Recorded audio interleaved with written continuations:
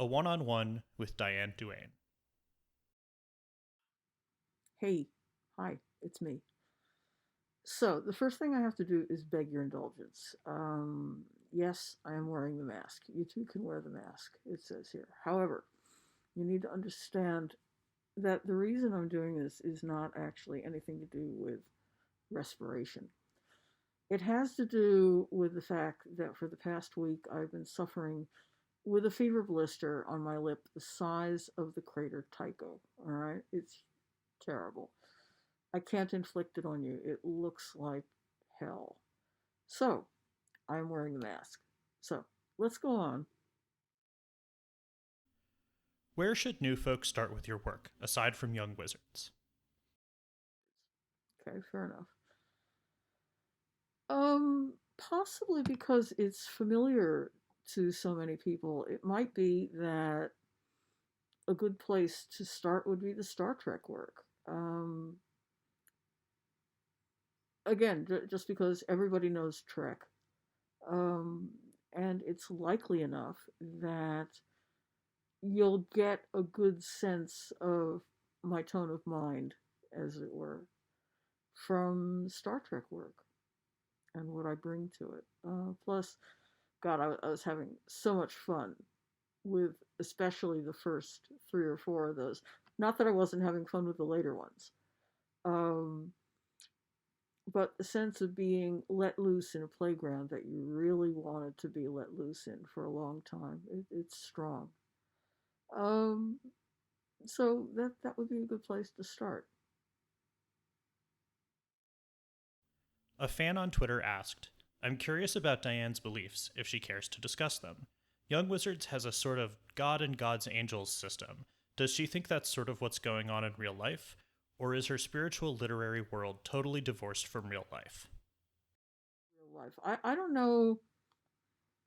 First of all, belief systems are dangerous territory for everybody because it's about belief, it's not about certainty.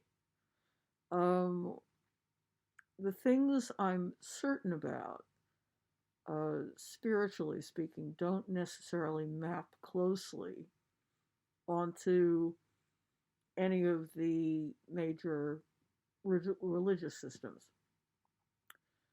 Um, what appears in Young Wizards is what was at hand and what I felt that I could most easily and effectively subvert.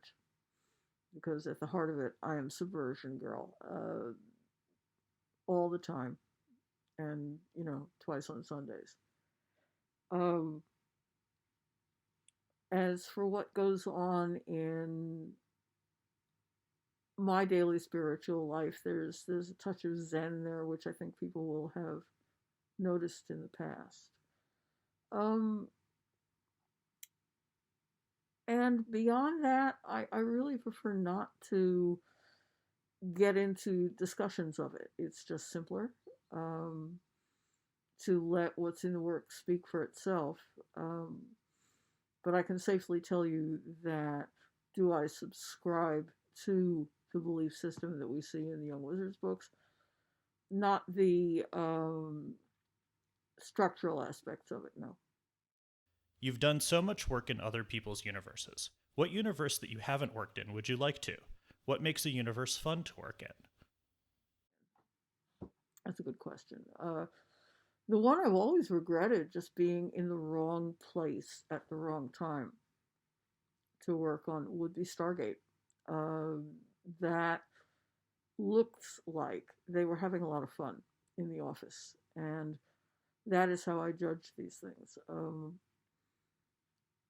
That could have been a lot of fun to work with, and you know, at the time they were producing, you really needed to be in LA, and I was not going to be in LA. That wasn't going to happen. So, um, what else? What else would be fun to work with? Um, that's me feeling around for a fast answer. There are things on right now that would be fun to work with.